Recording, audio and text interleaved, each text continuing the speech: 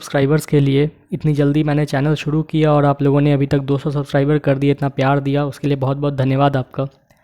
तो ये वीडियो एक थैंक्स वीडियो भी होगा और साथ में इस वीडियो में मैं आपको साइंस के टॉपिक्स का डिस्कशन करूँगा, स्पेशली बायोलॉजी के, जो आपने थंबनेल और टाइटल में ऑलरेडी देख लिया है। तो एग्ज़ाम जैसा हम लोग की जानते हैं, एग्ज़ाम का लास्ट वीक चल रहा है, तो ऐसे में आप लोग रिवीजन पे ही ज़्यादा ध्यान दे रहे होंगे, उसी पे फोकस कर रहे होंगे। तो 67th BPSC इसका एग्ज़ाम 8 मई को है, जैसा आप लोगों को पता है, और CDPO का जो एग्ज़ाम है वो 15 मई को है। तो ये दोनों ही एग्ज़ाम बैक टू बैक है। तो ऐसे में मैं आप लोगों को सजेस्ट करूँगा कि आप कुछ नया मत पढ़िए, जो आपने पहले से पढ़ा है बस उसी का बार बार रिवीजन करते रहें। और साथ ही ये आप लोगों को विश्वास रखना होगा कि जो मैक्सिमम क्वेश्चंस है वो उन्हीं टॉपिक से आने वाला है जो आप पढ़ रहे हैं। ये आप मान के चल सकते हैं, आप प्रीवियस ईयर से पढ़ सकते हैं, आपको वहाँ से आइडिया मिलेगा बेहतर कि आपको और क्या पढ़ना चाहिए, क्या छोड़ना चाहिए।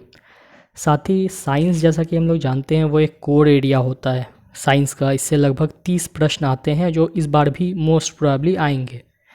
और इन साइंस में भी क्या होता है कि फ़िज़िक्स होते हैं, केमिस्ट्री होता है, बायोलॉजी होता है। तो बहुत लोग ऐसे होते हैं जो आर्ट्स बैकग्राउंड के होते हैं जिनका ये टॉपिक उतना अच्छा नहीं होता है।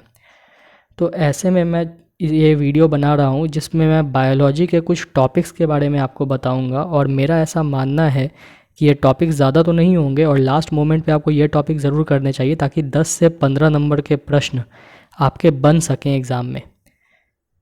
मैं अगेन कह रहा हूँ कि ये एक वीडियो है मेरी ओर से। ये हो सकता है, मतलब कि ये चेंज भी हो सकता है 10 प्रश्न ना आए, लेकिन जो अभी तक का ट्रेंड रहा है BPSC का, वो लगभग 10 प्रश्न बायोलॉजी से देते हैं। तो ऐसे में मेरा मानना है कि कुछ टॉपिक्स, जो कि मेरा साइंस बैकग्राउंड है तो मैं साइंस को थोड़ा बेहतर समझता हूँ, तो अगर साइंस के बायोलॉजी स्पेशली अगर कुछ टॉपिक्स को कर लिए जाए तो ये प्रश्न आप आसानी से सॉल्व कर सकते हैं। पहला टॉपिक जो है वो है डिजीज़ेज़। डिजीज़ एक ऐसा टॉपिक है, इससे हर साल प्रश्न रहे हैं, आप प्रीवियस ईयर पेपर उठा के देखेंगे तो डिजीज़ से यानी रोग, ये सबसे, जैसे कि वायरस हो गया, बैक्टीरिया हो गया, फंजाई हो गया, या इसके अलावा प्रोटोजोन्स हो गया, तो इन सब से हमेशा ही प्रश्न रहे हैं। तो मेरा ऐसा मानना है कि अगर आप इस टॉपिक को कर लें तो शायद आपके 2 सवाल के आसपास तो बन ही जाएंगे। इसके अलावा न्यूट्रिएंट्स होता है, न्यूट्रिएंट्स से भी हर साल सवाल रहे हैं। न्यूट्रिएंट्स में विटामिन आता है, फैट्स आता है, वसा इसको बोलते हैं, कार्बोहाइड्रेट्स आता है, प्रोटीन आता है। इन सब से हमेशा, इवन विटामिन से तो इतना सवाल पूछता है कि B1 का नाम पूछ देगा, थायमीन क्या, मतलब कि उसका साइंटिफिक नेम आपसे पूछ देगा, कभी पूछ देगा प्रोटीन के एमिनो एसिड्स के बारे में। तो ये सब आप लोगों को ध्यान में रखना चाहिए। तो ये 2 टॉपिक तो हो गए। पहला टॉपिक हो गया आपका डिजीज़ेस, दूसरा टॉपिक हो गया आपका न्यूट्रिएंट्स। तीसरा टॉपिक अगेन इसमें है वो है एनिमल फिजियोलॉजी। एनिमल फिजियोलॉजी में आपका डाइजेस्टिव सिस्टम होता है, रेस्पिरेशन सिस्टम होता है, उसके अलावा प्रजनन तंत्र होता है आपका।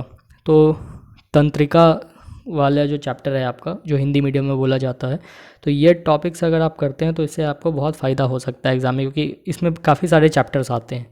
तो अगर आप इन सारे चैप्टर्स को एक बार पढ़ लेते हैं तो आपको एक बेसिक आइडिया हो जाता है, जिससे आपको एग्ज़ाम देने में किसी भी तरीके का कोई भी समस्या नहीं होगा। एक जो चौथा टॉपिक है वो है प्लांट फिजियोलॉजी। प्लांट फिजियोलॉजी में रेस्पिरेशन प्लांट का, उसके अलावा प्लांट का reproduction, sexual method, asexual method, ये सब आपको थोड़ा पढ़ना होता है। तो वो, ये मेरा ऐसा मानना है कि ये 4 टॉपिक जो बेसिक टॉपिक हैं बायोलॉजी के, ये 4 टॉपिक आपको करने ही चाहिए। इसके अलावा आपको प्रीवियस ईयर क्वेश्चन करना चाहिए, ये मस्ट है। मतलब आप पहला हो सकता है चारों छोड़ दीजिए, बट ये मत छोड़िए। ये अगर आप करके जाते हैं ना, तो मेरा ऐसा मानना है कि 5 से 7 प्रश्न तो आपको यहीं से देखने को मिल जाएंगे जो पहले आ चुके हैं। तो प्रीवियस ईयर टॉपिक तो मत ही छोड़िए, क्वेश्चन बैंक पूरा ही देखिए, फिजिक्स केमिस्ट्री को भी देखिए, और उसके अलावा बायोलॉजी तो देखिए, बायोलॉजी ज़्यादा देखिए। मेरा मानना है कि अभी चूँकि है कुछ दिन एग्ज़ाम में, तो पहले बायोलॉजी देख लीजिए। उसके बाद समय बचे या रास्ते में जब आप ट्रैवल कर रहे होंगे, स्पेशली जो बॉयज़ ये वीडियो देख रहे हैं, आप लोगों का सेंटर तो काफ़ी दूर है, तो आप लोग ट्रैवल कर रहे होंगे, उस समय आप फिज़िक्स और केमिस्ट्री अगर कर लेंगे तो ज़्यादा बेहतर होगा। बट अभी आप बायोलॉजी पे ध्यान दीजिए, समय बने तो घर में ही कर लीजिए, नहीं तो रास्ते में आते आते कर लीजिए। तो इसीलिए ये वीडियो यहीं तक है। वीडियो अगर आपने यहाँ तक देखा है तो वीडियो को लाइक करें, शेयर करें, चैनल को सब्सक्राइब करना बिल्कुल भी ना भूलें। और एग्ज़ाम चूँकि बहुत नज़दीक है तो all the very best and good luck. Thank you so much for watching.